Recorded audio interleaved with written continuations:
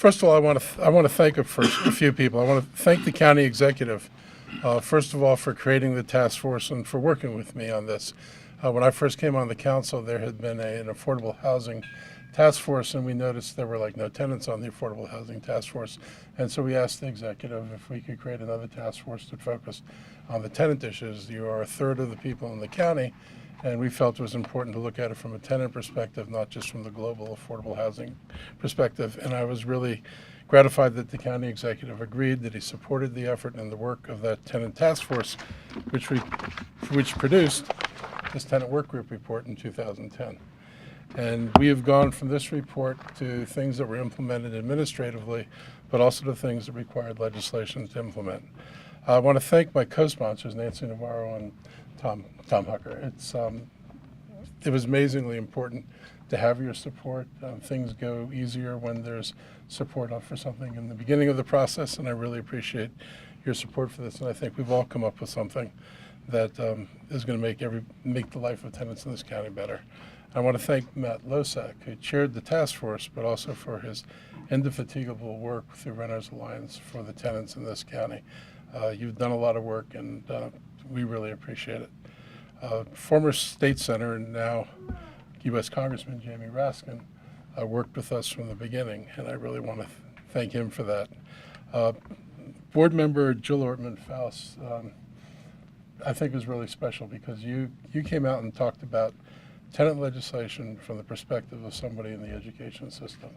And it is absolutely important to understand this isn't just about the right of a tenant to occupy a space, but it's what it does to families to have safe and secure housing, and how that makes a difference in their lives, and how that makes a difference in the lives of their children, and how that has an educational impact. And I was really appreciative when you came and testified and kind of wove the full picture together, because too often we just talk about a part of it.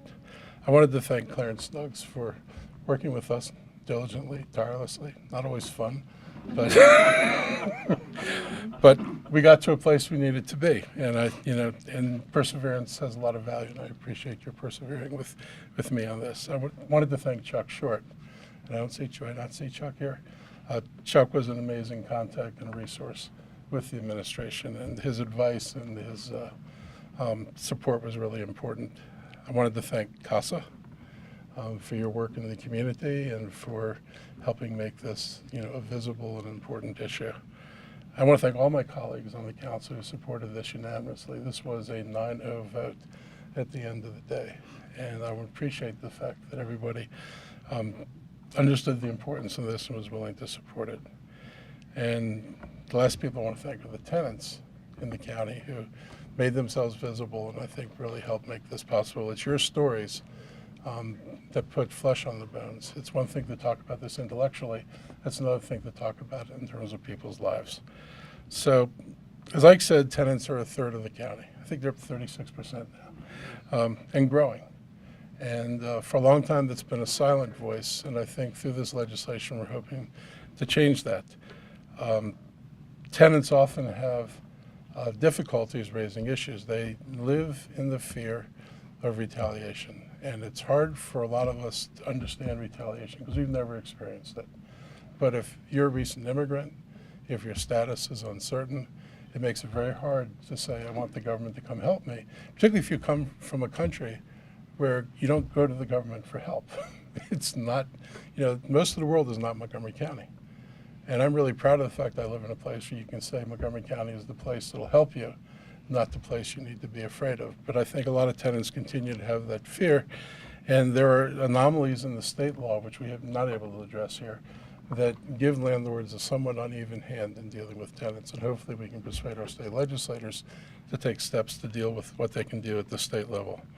This bill accomplishes some major improvements. It moves, lets us sample every rental property over the next 2 years in inspections. So we're going to broaden the inspection regime. We're going to target. We're going to look at the older buildings, the buildings that have the most problems, and we're going to start there and work our way forward. Tenants aren't always not going to have to rely on their willingness to complain, because the more inspections you get, the less it becomes you versus the landlord. It becomes the county doing its job and saying, we found the problem, and asking the landlord to fix it, which is a much better relationship to have. And Tenants will not have to choose between safe and decent housing and a roof over their head. Nobody should be in the position of saying, if I ask for something, am I jeopardizing my ability to stay here? Tenants are going to get 90 days notice of rent increases. That is really important because in this rental market, particularly if you're at the low end of the rental market, housing at the low end is scarce. And it's not like you can say, I'm leaving tomorrow, I'll just find another apartment. And so the extra 90 days, the full 90 days, give people time to find the housing they need.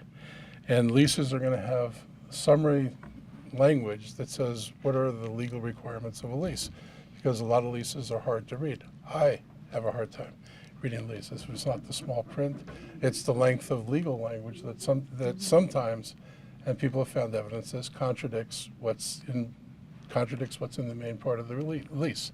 So we're going to get plain language that focuses on the main points of a lease, and I think that's really important. We're going to do data collection. You can't talk about an affordable housing crisis and understand that if you don't collect the data to see what's happening to housing. And so I think the data collection is going to improve our resources, is going to help us make better decisions going forward.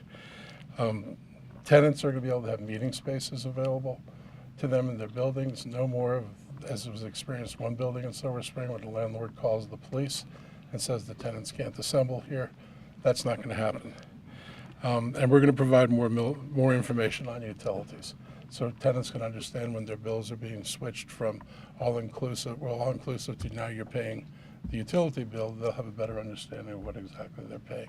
This is a big step forward. I didn't get everything I wanted, but I got the major things I wanted. And I think we're going to continue to work, see what we can learn, see what comes out of this. I mean, hopefully as experiences change and we continue to do research, we'll see what else needs to be done. But it's a big step for us, and it's a big step for the county to take this. We've kind of stayed away from these issues for a long time. So I'm really proud to be here, proud that we'll be signing the bill, and proud I worked with an executive lead, Mr. Lickett. Thank you.